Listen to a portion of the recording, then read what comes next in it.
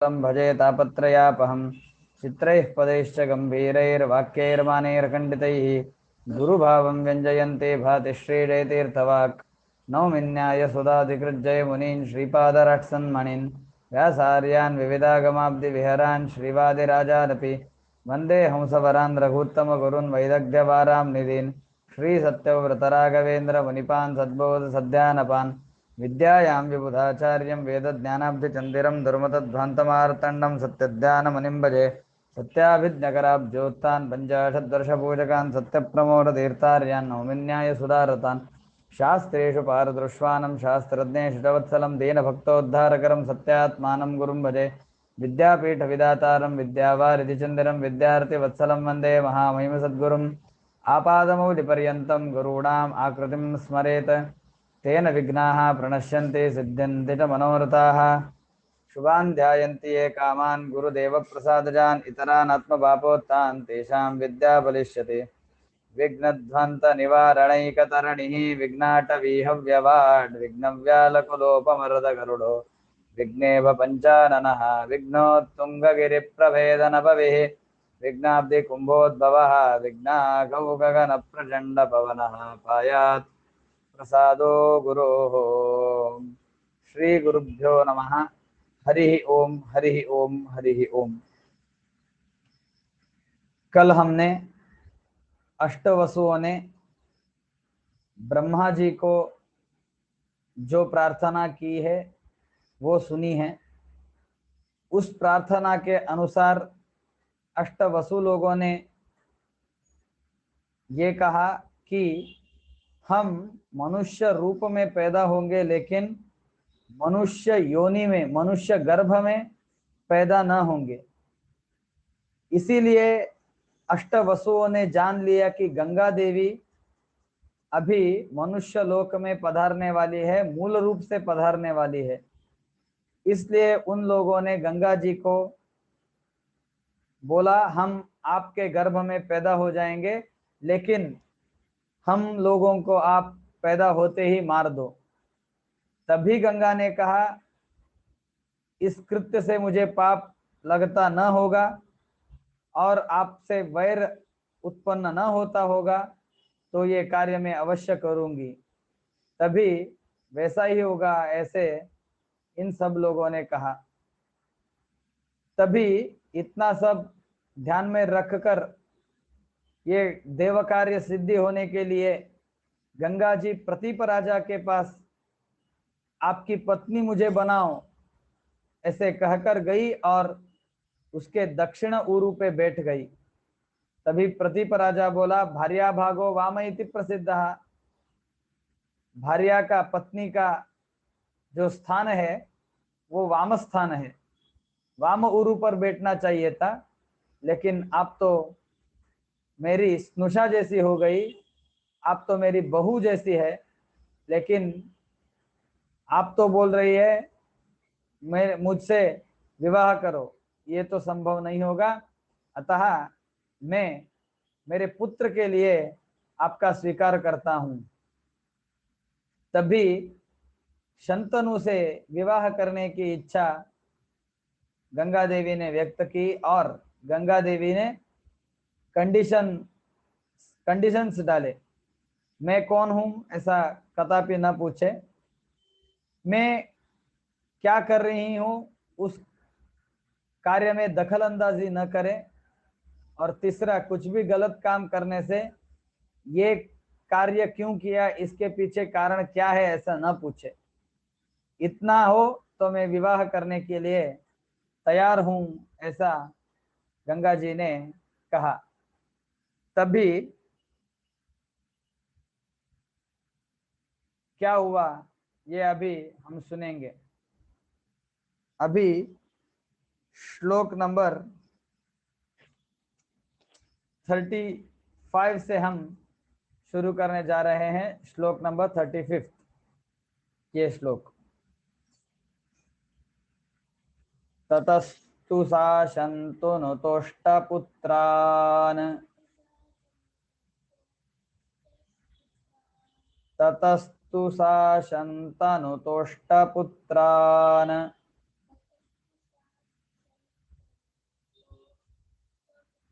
अवाप्य सप्तन्यहनत्तताष्टमम् न्यहनत्तताष्टमम् गन्तुं ततो मतिमादाय हन्तुम् इवोद्योगं साहि मृषा चकार।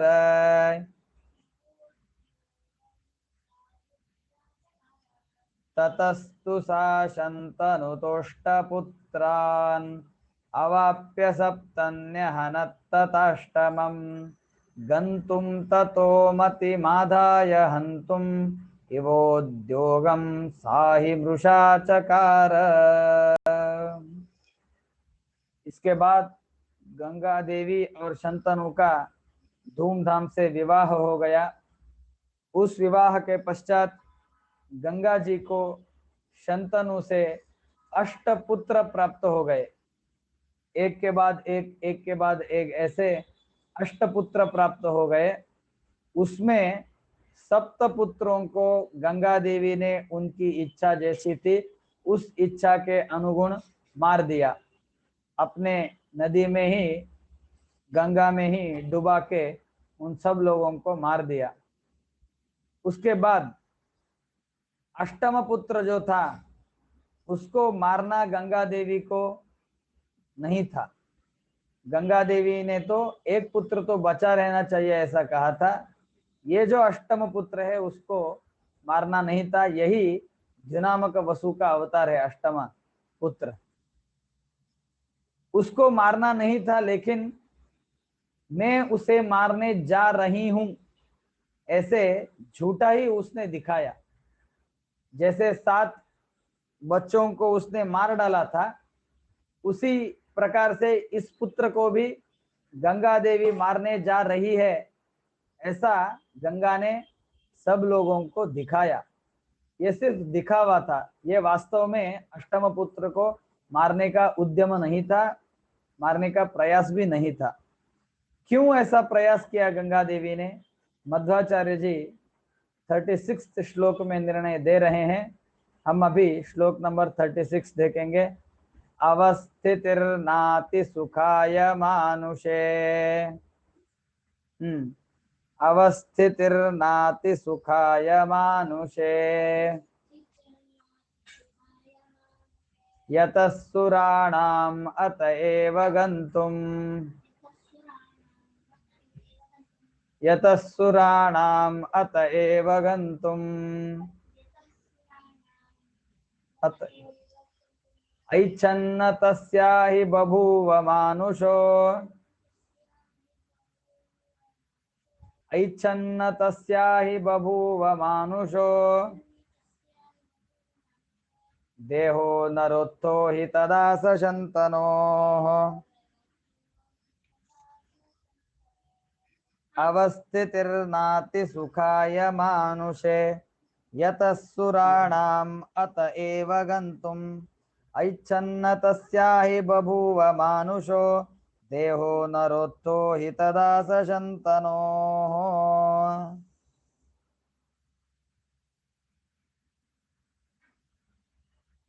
बहुत महत्वपूर्ण कारण बताते हैं। अवस्थिति अतिसुखाय मानुषे न भवेत केशाम सुराणाम।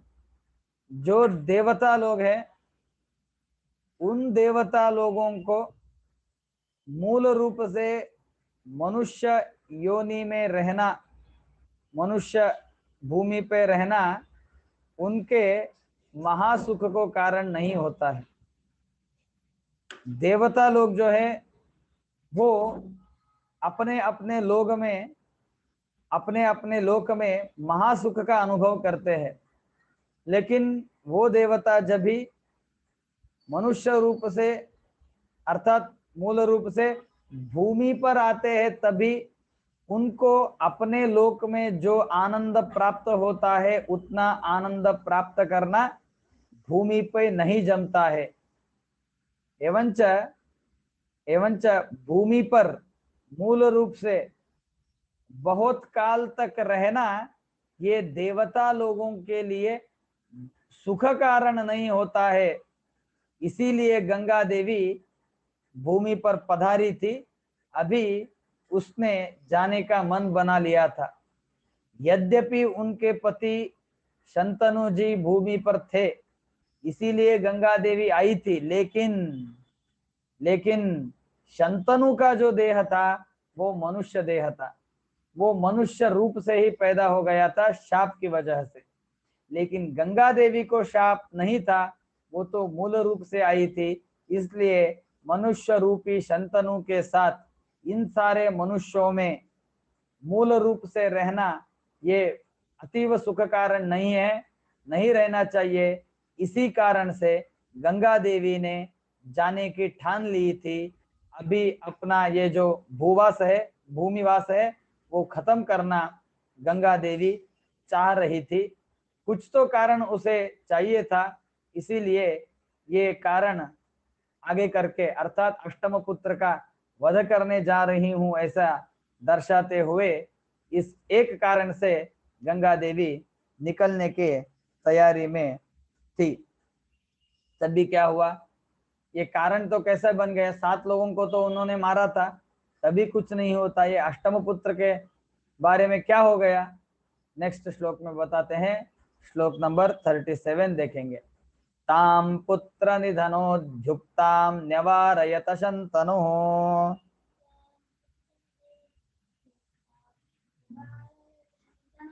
कासित्वम हेतुना केन हंसि पुत्रान् दृशंसवत ताम पुत्र निधनोद्युक्ताम न्यवारयत शंतनुः कासित्वं हेतुना केन हंसि पुत्रान् दृशंसवत। जब ये अष्टम पुत्र को, देवव्रत को ये गंगा देवी मारने चली थी, तभी शंतनु ने उसे रोक दिया, ऐसा मत करो। 7 पुत्र को तो आपने मार डाला है, तभी मैं कुछ नहीं बोला, लेकिन ये अष्टम पुत्र जो है उसे आप नहीं मार सकते। You have to stop it, रुक दो। न्यवारयत शंतनु, शंतनु ने रोक दिया। पूछा कासी त्वम, कौन हो आप, कौन हो आप तो मनुष्य नहीं लग रही हो। आप मेरी पत्नी हो ये मैं जानता हूं, इस जन्म में आप मेरी पत्नी हो ये मैं जानता हूं, लेकिन आप सिर्फ मनुष्य रूप में उत्पन्न हुई पत्नी नहीं हो, कुछ तो अलग है आप में। कासित्वम हेतुना के न हमसे पुत्रान नृशंसवत, जो नरभक्षक रहते हैं, नरहिंसक रहते हैं, उन लोगों के जैसा आप बर्ताव कर रही हो। लेकिन आई नो इसके पीछे एक बड़ा कारण है। आप उन दुष्ट लोगों में से नहीं हो, आप इन दुष्ट लोगों में से नहीं हो, लेकिन ऐसे रहते हुए भी इन पुत्रों को आप मार रही हो। इसका मतलब है इसके पीछे एक बहुत बड़ा कारण है, वो कारण मुझे बताओ। एवंच गंगा देवी ने जो जो कंडीशंस डाली थी, वो सब कंडीशंस इधर शंतनु ने तोड़ डाली है। गंगा ने बोला था मैं कुछ भी करूं मुझे रोकना नहीं, तभी अष्टम पुत्र के वध उद्यम में शंतनु ने उसे रोक लिया।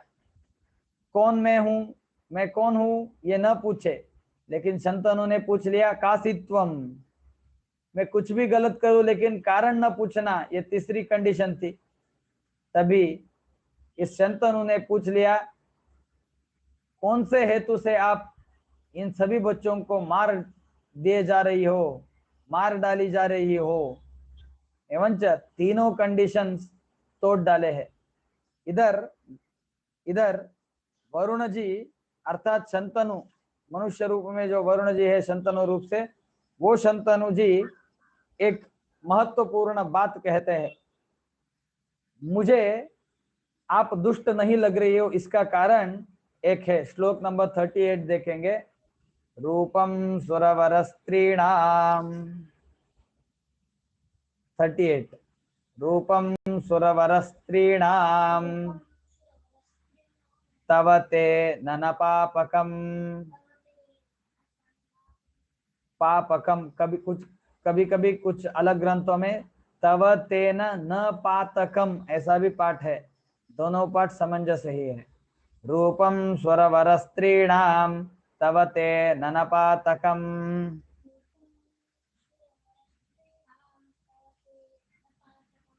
भवेत् कर्म त्वदीयं तत्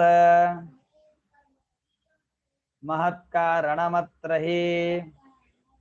भवेत् कर्म त्वदीयं तत् कर्म त्वदीयं तत् महत्कारणमत्र हि। नेक्स्ट श्लोक भी पढ़ लेंगे। तत्कारणं वद शुभे यदि मत् श्रोत्रमर्हते इति रीता वदत् सर्वं प्रययौ च सुरापगा।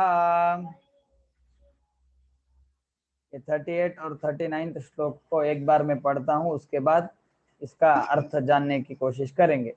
रूपम स्वरवरस्त्रीणां तव तेन न पातकं भवेत् कर्म त्वदीयं तन्महत्कारणमत्र हि। तत्कारणं वद शुभे यदि मत् श्रोत्रमर्हति इति रीता वदत् सर्वं प्रययौ च सुरापगा। शंतनु बोल रहे हैं, आपका रूप देख के, आपकी चाल देख के, आपके हाव भाव देख के, आपकी दिनचर्या देख के मुझे ऐसा लग रहा है कि आप कोई देवता हो। रूपम सुरवर स्त्रीणाम, आपका रूप जो है वो श्रेष्ठ देवता का रूप है। इस वजह से आप यद्यपि ये बच्चों का हनन कर रही हो, इसका पातक आपको नहीं लगता होगा, क्योंकि आप I think so your goddess, कौन से तो देवता अवतार हो आप, लेकिन ऐसे होते हुए भी आप ये हनन कर रही हो।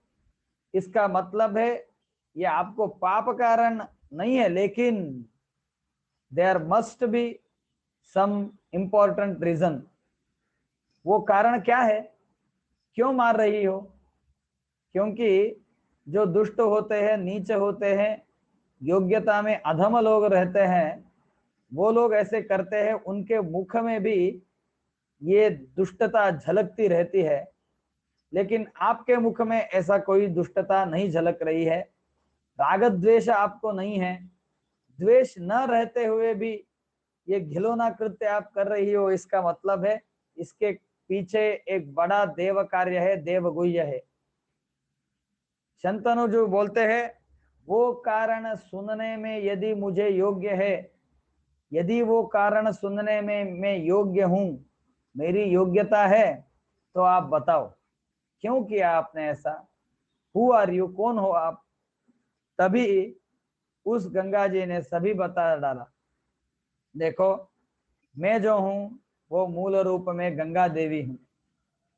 ये मेरे जो 8 बच्चे हैं वो सभी के सभी वसुओं के अवतार है। उन वसुओं ने ऐसा ऐसा गो अपहरण रूपी कृत्य करने का प्रयास किया था। उनको वशिष्ठ अंतर्यामी ब्रह्मा जी ने शाप दिया था। तभी उन्होंने ब्रह्मा जी को हम मनुष्य गर्भ में पैदा नहीं होंगे, ऐसा वर दो, ऐसी प्रार्थना की थी। उस वर के हिसाब से ये देवता गर्भ में पैदा होना चाहते थे। उन्होंने मुझे प्रार्थना की और मैंने उन लोगों को जन्म दिया। लेकिन 7 लोगों का अपराध अष्टम वसु के अपराध को तुलना में देखते हुए, ध्यान में देखते हुए कम था, इसलिए उस बाकी के वसु लोगों को भूमि पे अवतार ज्यादा काल नहीं था। इसीलिए उनको उनके इच्छा के अनुसार, न मेरे इच्छा के अनुसार, उनके इच्छा के अनुसार मैंने मार डाला है। इसका पातक तो मुझे नहीं है। और ये अष्टम पुत्र जो है वो ध्युनाम का वसु है, वो तो दीर्घायुषी है। इतना सारा ये जो पीछे जो पर्दे के पीछे जो घटनाएं हुई थी, उन सभी घटनाओं को गंगा देवी ने शंतनु राजा को बता दिया और प्रययौच सुरापगा, और गंगा देवी इस मनुष्य लोक में से चली गई, फिर वो नहीं आई। इति रीता वददत अवदत सर्वम प्रययौच सुरापगा, अपना अवतार भी उन्होंने बता दिया, ऐसा क्यों कर रही थी वो भी बता दिया। सभी घटनाएं गंगा देवी ने बता दी और गंगा देवी चली गई। क्यों चली गई? एक कारण तो बता दिया है, नेक्स्ट कारण बताते हैं, that is also most important. Let's see श्लोक नंबर 40। ये 3 पंक्तियों का श्लोक है, 3 लाइन्स इसमें है। श्लोक नंबर 40 देखेंगे। न धर्मो देवतानां, न धर्मो देवतानां हि ज्ञातवासश्चिरं नृषु कारणादेव हि सुरा नृषुवासं प्रकुर्वते, कारणादेव हि सुरा नृषुवासं प्रकुर्वते।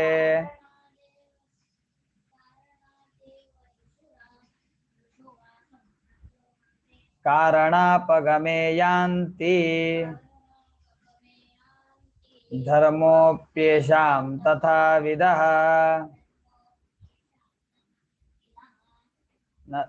न धर्मो देवतानां हि ज्ञातवासश्चिरं नृषु कारणादेव हि सुरा नृषुवासं प्रकुर्वते, कारणापगमे यान्ति धर्मोऽप्येषां तथाविदः। देवता लोगों को भगवान ने एक धर्म दिया है। वो रूल्स क्या है?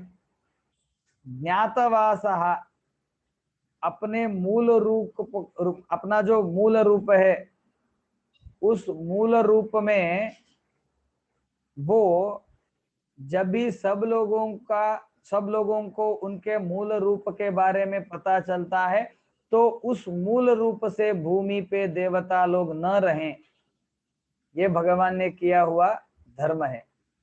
अभी गंगा देवी मूल रूप में आई थी, तभी तो उन्होंने कह दिया शंतनु को, मैं मूल रूपी गंगा हूं। तभी उसका जो मूल रूप है, वो जिस रूप से आई है, वो जो रूप है वो सब लोगों को पता चल गया। तभी अपना मूल रूप पता होने के बाद बहुत देर तक भूमि पर वास करना नहीं चाहिए, ये देवता लोगों के लिए नियम है। कुछ इंपॉर्टेंट कारण के वजह से, रीजंस की वजह से, उन कारणों की वजह से देवता लोग मनुष्य लोक में अवतार लेते हैं। कारणादेव ईश्वरा नृषु वासम प्रकुर्वते, शंतनु का मनुष्य रूप में अवतार था, गंगा देवी उनकी पत्नी थी, इसीलिए गंगा देवी को भूतल पे अवतरित होना था और ये अष्टवसु लोगों का सब जो घटनाएं थी उन सभी घटनाओं को अंजाम देना था। इस कारण से ये गंगा देवी मनुष्य लोक में मूल रूप से आई थी। कारण अपगमे, कारण तो हो गया, 7 लोगों को मारना था, मार डाला। अष्टम को दीर्घायुष्य देना था, उनको तो बचा ले लिया।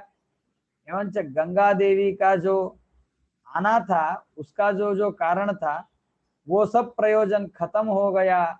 इसीलिए अभी भूतल में रहना धर्म नहीं होगा। इस वजह से गंगा देवी ये भूतल छोड़कर अपने देवलोक में चली गई है। मध्वाचार्य जी और एक देवता लोगों का धर्म बोलते हैं, श्लोक नंबर 41। अदृश्यत्वम असंस्पर्शः, अदृश्यत्वम असंस्पर्शो ह्यसंभाषणमेव च, अदृश्यत्वम असंस्पर्शो ह्यसंभाषणमेव च।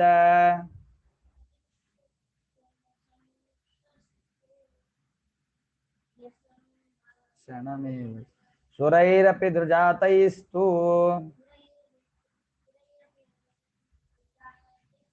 गुह्य धर्मो दिवौकसाम्। देवता लोग अदृश्यत्वम, अदृश्य रूप से रहना चाहिए। जैसे हम लोग बहुत सारे दिखते हैं, इधर जाते हैं उधर जाते हैं, ऐसा देवता लोगों को करना नहीं चाहिए। मूल रूप से जब भी भूमि पर आते हैं तभी अदृश्यत्वम, ज्यादा लोगों को दिखना नहीं चाहिए। असंस्पर्शः, सब लोगों को स्पर्श करते हुए, सब वस्तुओं को छूते हुए रहना नहीं चाहिए। असंस्पर्शः यसंभाषणमेव च, जब भी किसी से संभाषण करने की इच्छा हो जाती है तभी उन लोगों से संभाषण करना, ये मूल रूप से पैदा हुए देवताओं को नहीं करना चाहिए। सब लोगों को दिखना नहीं चाहिए। जो दिखे उस स्पर्श को उस वस्तुओं को स्पर्श नहीं करना चाहिए। सभी लोगों से संभाषण नहीं करना चाहिए। गिने चुने लोगों के साथ प्रयोजन हो तो संभाषण करना चाहिए। सुरैरपि द्रुजातैस्तु, देवता लोग मनुष्य लोक में जब भी आते हैं, ये गुह्य धर्म है देवता लोगों का। अपने आप को छुपा लेना, यथा योग्य रीति से अपने आप को छुपा लेना है, ये देवता लोगों का धर्म है। इसी कारण से क्या हुआ, श्लोक नंबर 42, अतः सा वरुणम देवम पूर्वभर्तारमप्यमुम्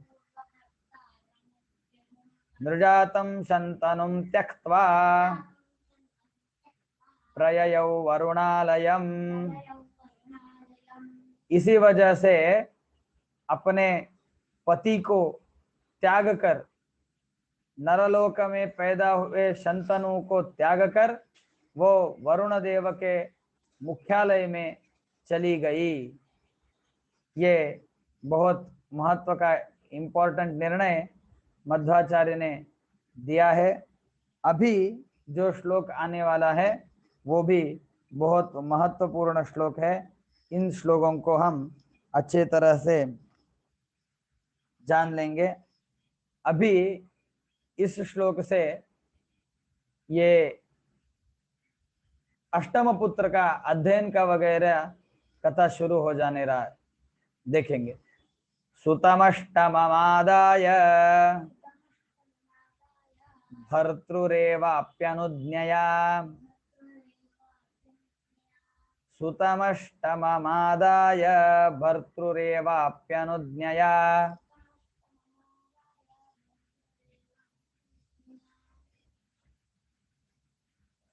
वधोद्योगान् निवृत्ता सा,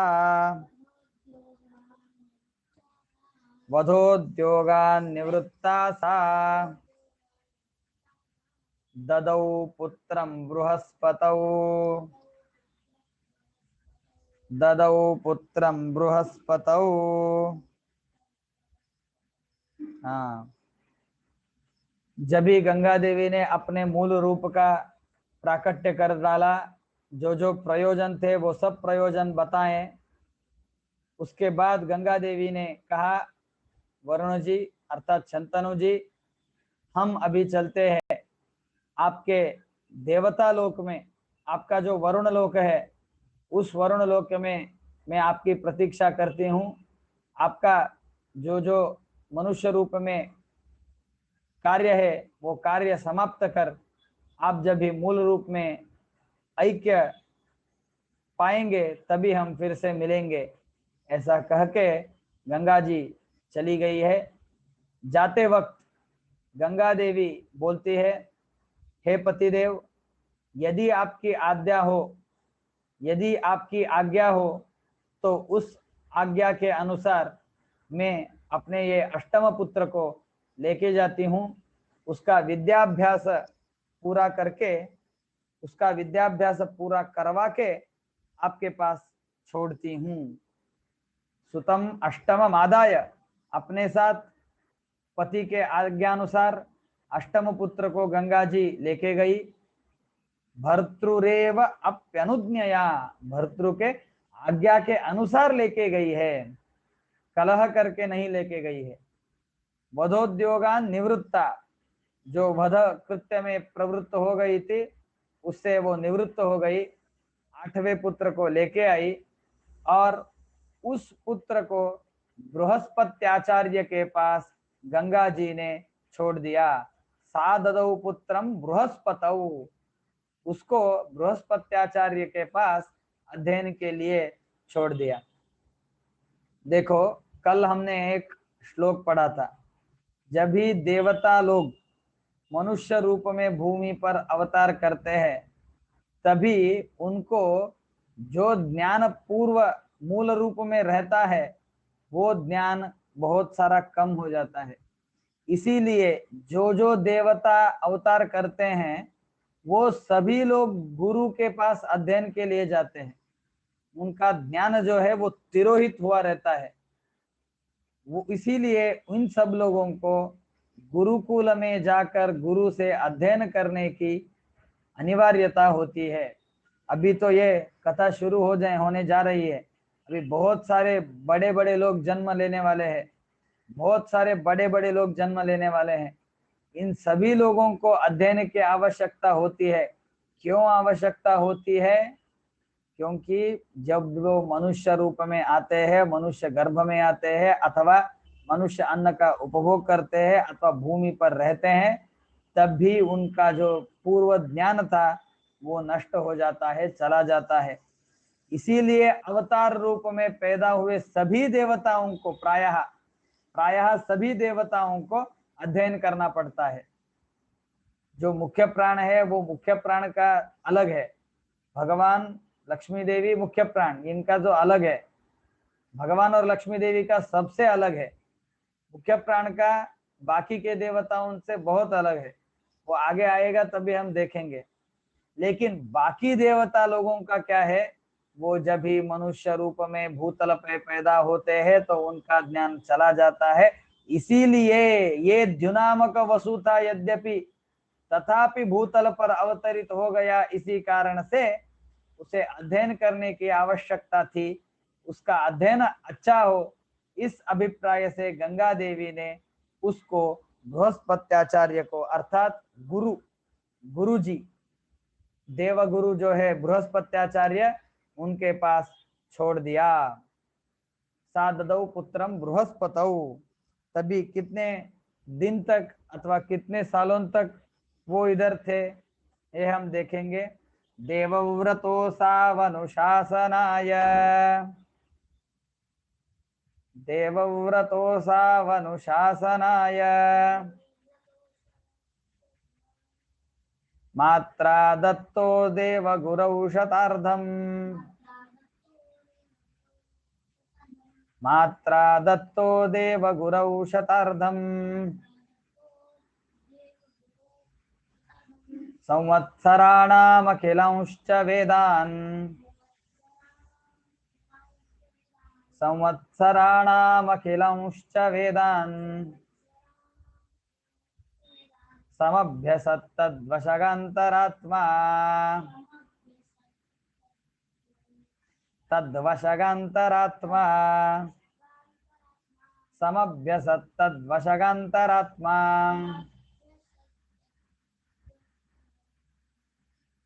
समभ्यसत्तद्वशगान्तरात्मा देवव्रतो सावनुशासनाय मात्रा दत्तो देवगुरौ शतार्धम् संवत्सराणाम् अखिलांश्च वेदान् समभ्यसत्तद्वशगान्तरात्मा।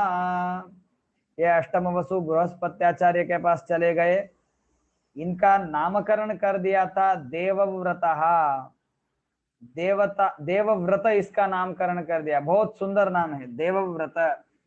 देव को, भगवान को उद्देश्य में रखकर व्रत करने वाला, इसीलिए इसका व्रत, इसका नाम है देवव्रत। देव का मतलब है अच्छा गुण, अच्छा गुण ही लेना इसका व्रत था, इसीलिए इसका नाम रख दिया देवव्रत। व्रत स्वीकारे परित्यागे च, ऐसा है। व्रत का मतलब है स्वीकार करना, व्रत का मतलब है परित्याग करना, दोनों मीनिंग है।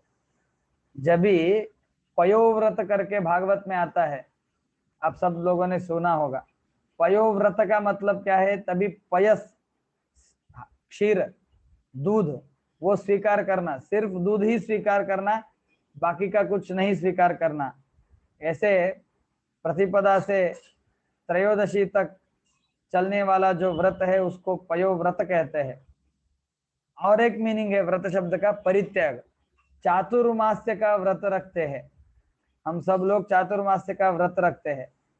पहले आषाढ़ मास में शाक का परित्याग करते हैं, एवं इधर व्रत का अर्थ हो गया परित्याग। दूसरे मास में दधि का परित्याग होता है। तीसरे व्रत में क्षीर, दूध का परित्याग होता है। अभी जो चल रहा है चातुर्मास्य का व्रत, वो क्षीर व्रत है, अभी हम क्षीर स्वीकार नहीं करते। पांचवा व्रत है द्विदल व्रत। धान्य, दाल जो रहती है वो हम तभी स्वीकार नहीं करते। चातुर्मास्य का व्रत धर्म सिंधु, निर्णय सिंधु इत्यादि सब जगह हमें देखने मिलता है। वराह देवी ने धरणी देवी को ये व्रत का उपदेश भी किया है। वराह पुराण में भी ये सारी बातें हमें जानने को मिलती है। It's okay. ये क्यों कह रहा हूं मैं? व्रत शब्द का अर्थ है स्वीकार करना। देवता लोगों की सेवा जो है इसने व्रत रूप से स्वीकार की थी, इसी कारण से भी इसको देवव्रत ऐसा कह सकते हैं।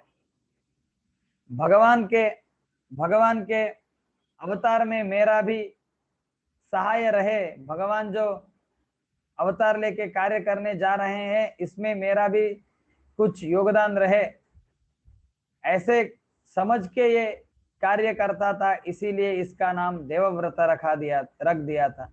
बहुत सारे मीनिंग बता सकते हैं। अस्तु, देवव्रतः, ये अष्टम वसु का नाम मनुष्य रूप में क्या रखा दिया गया था? देवव्रतः। एवंच देवव्रत से ये नाम से ये प्रसिद्ध था।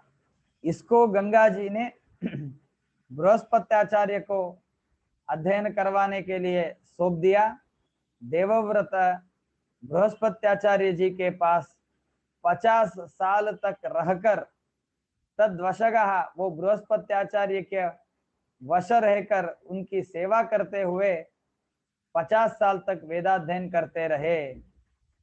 एवंच गुरुकुल में गुरु की सेवा करते हुए ये बृहस्पत्याचार्य जी ने 50 साल तक वेदों का अध्ययन किया। आज की जो एजुकेशन पद्धति है उस पद्धति में किधर भी गुरु के वश रहने का जो बात आता है वो कतई नहीं है, कुछ भी नहीं है। गुरु जी को प्रणाम करना, ये जो बेसिक है, वो बेसिक भी इधर इनके एजुकेशन सिस्टम में नहीं है। हमारे भारतीय तत्वज्ञान को देखते हुए, हिंदू संप्रदाय को देखते हुए हमें ये पता चलता है कि गुरु के वश रहना चाहिए, क्योंकि ये जो विद्या आदान प्रदान होता है वो कुछ व्यापार नहीं है। This is not a business, this is not at all a business. अभी जो लोग हैं वो उसको बिजनेस कर रहे हैं। इतना फीस दे दो तो हम आपको पढ़ाएंगे, नहीं तो आपको स्कूल से निकाला जाएगा। Worst thing ever is happening. हमारे हिंदू संस्कृति में अन्न बेचने की मुभा नहीं है, विद्या बेच के रहना ये भी कतई माना नहीं है। इसीलिए गुरु में और शिष्य में जो बॉन्डिंग रहता है वो अलग तरह का ही बॉन्डिंग रहता है। गुरु जो है वो वेदव्यास जी के अधिष्ठान से युक्त होता है। गुरु अंतर्यामी भगवान शिष्य को ज्ञान देते हैं, इसीलिए गुरु जो है वो भगवान का अधिष्ठान माना जाता है। इसीलिए गुरु को वंदन करना चाहिए। गुरु से हमें विद्या मिलती है। शास्त्र कहते हैं, धर्मशास्त्र में कहा जाता है, एकाक्षर प्रदातारम, एक अक्षर का ज्ञान देने वाले आदमी को अवहेलना करते हैं जो, उनको अनेकानेक वर्षों तक, सालों तक विष्ठायाम जायते कृमि ही, उन लोगों का जन्म क्या होता है पता है? वो विष्ठा में कृमि रूप से जन्म लेते हैं। एकाक्षर प्रदातारम यो गुरुम नाभिवंदते, आगे कुछ तो है, याद नहीं आ रहा है। विष्ठायाम जायते कृमि ही, ऐसे भयानक प्रायश्चित, उसका फल बताया गया है। ऐसे अवस्था में जो विद्यादान करते हैं, जो मोक्ष का मार्ग प्रदान करते हैं, उनको नमस्कार करने से बहुत सारा श्रेयस प्राप्त होता है। इसीलिए तद वशगांतर आत्मा, गुरु के ग्रह में, गुरुकुल में गुरु को वश रहकर रहना चाहिए। कतई गुरु का वचन उल्लंघन करते हुए नहीं रहना चाहिए। ये जो मूल्य है, ये जो नीतियां हैं, वो हमें मॉडर्न एजुकेशन में किधर भी देखने नहीं मिलती, सुनने नहीं मिलती। जो अच्छी संस्थाएं हैं, वो अच्छी संस्थाएं थोड़ा बहुत इसमें प्रयास करने जा रही है। इसी वजह से देवता लोग पैदा हुए थे, ये तो मनुष्य लोग नहीं थे, देवता लोग पैदा हुए थे, तभी वो गुरु के पास अध्ययन के लिए गए। इतना ही नहीं, गुरु के पास अध्ययन में जाकर गुरु की सेवा करके अध्ययन संप्राप्त कर रहे हैं। मैं आनंद से एक बात आप सब लोगों के साथ शेयर करना चाहता हूं। मैं जिस विद्यालय में पढ़ा हूं, उस विद्यालय का नाम है सत्यध्यान विद्यापीठम। इस विद्यापीठ में शास्त्रोक्त पद्धति से जीवन करना सिखाया जाता है, गुरु की सेवा करना। हम सब लोग गुरु सेवा किस प्रकार से करते थे? हम सब लोग खाना पकाते थे, सब लोग परोसते थे। गुरु की जो सेवा थी, वो सब सेवा करके अध्ययन करते थे। लकड़ी पे ही खाना हमारे विद्यापीठ में बनता है, बहुत शुचि से बनता है, वैसे ही हम खाना पकाते थे। ये सब जो विशेषताएं हैं, वो हमारी हिंदू संस्कृति की विशेषताएं हैं। मैं इतना देर इस श्लोक पे क्यों उपन्यास कर रहा हूं?